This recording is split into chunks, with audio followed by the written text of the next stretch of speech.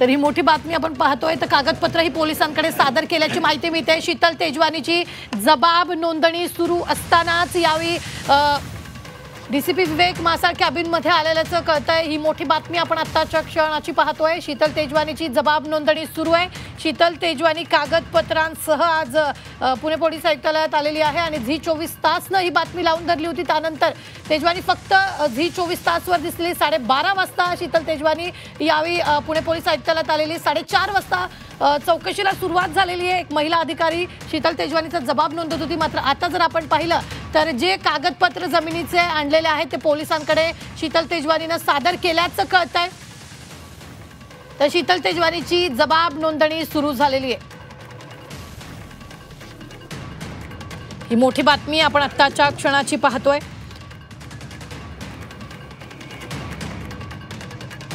ही जमीन botanical survey of इंडियाच्या ताब्यात होती। जमीन सरकारच्या ताब्यातून सोडवणं आणि त्याच्या विक्रीसाठी कधीही रद्द न होणारी पॉवर ऑफ अटर्नी करवून शीतलनंच घेतली। शीतलनं जवळपास 2 ते 3 वर्ष सगळ्या 272 जणांचा शोध घेऊन त्या जमिनीच्या पॉवर ऑफ अटर्नी करवून घेतल्या होत्या। या पॉवर ऑफ अटर्नीच्या मोबदल्यात तिने काही पैसे देऊन त्यांच्याकडून जमिनी घेतलेल्या होत्या आणि या सगळ्यांसंदर्भातल्या गैरव्यवहार झी 24 तासनं उघडकीस आणलेला होता। त्यानंतर दुसऱ्याच दिवशी शीतल तेजवानीवर गुन्हा दाखल झाला। मात्र शीतल तेजवानी ही फरार होती आणि त्यानंतर आता शीतल तेजवानी मंगळवारी एकदा पुणे पोलीस आयुक्तालयात चौकशीसाठी आली। त्यानंतर आज 12:30 वाजल्यापासून शीतल तेजवानी ही पुणे पोलीस आयुक्तालयात बसून आहे। आता काही वेळापूर्वी शीतलच्या जबाब नोंदणीला सुरुवात झालेली आहे। कागदपत्र पोलिसांच्या समोर सादर करण्यात आले। तर पोलीस आयुक्त अमितेश कुमार सुद्धा यावेळी आयुक्तालयात दाखल झाल्याचं कळतंय। आताच्या क्षणाची सगळ्यात मोठी बातमी आपण पाहतोय। शीतल तेजवानीची जबाब नोंदणी सुरू आहे। कागदपत्र पोलिसांकडे सादर करण्यात आले।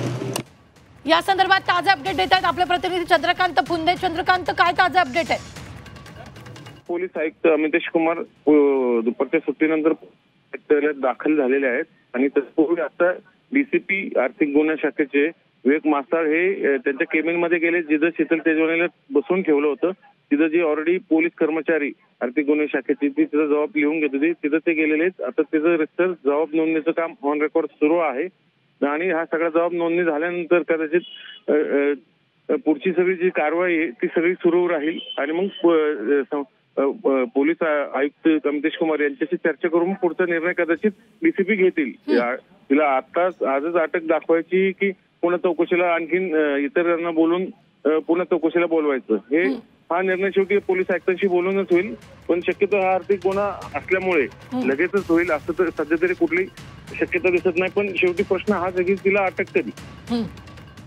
आज कागदपत्र सुद्धा तिनं पोलिसांसमोर सादर केल्याचं कळतंय चंद्रकांत। हो बरोबर, तिने जे पॉवर ऑफ अटर्नी लोकांकडून लिहून घेतले होते 272 वतनदारांकडनं, ते सगळे आज सादर केलेले आहेत। आणि जो कुठला 1994चा जो आदेश आहे विलासराव देशमुखांच्या काळातला, ज्याच्या आधारे ती दावा करते की मी लोकांचे पॉवर ऑफ अटर्नी लिहून घेतल्यात आणि ही सगळी धावपळ करते, मी ही जमीन मी विकल्याचा अधिकार दावा करते, तो सगळं ही सगळी लिगॅलिटी सगळी चेक केली जाईल आणि त्यात जर कुठं काही फ्रॉड आढळला तर निश्चितच गुन्हा तर ऑलरेडी दाखलच आहे, पण पुढची सगळी प्रोसिजर होऊन तिला अटकही होऊ शकते। निश्चित चंद्रकांत, आता शीतलची चौकशी कोणकोणते अधिकारी करतायत? आता डीसीपी आणि आयओ जे दत्ता वाघमारे जे आहेत ते तेवढेच डीसीपीच करतायत सध्या तरी। चौकशी म्हणजे जबाब लिहून घेण्याचं काम करतात।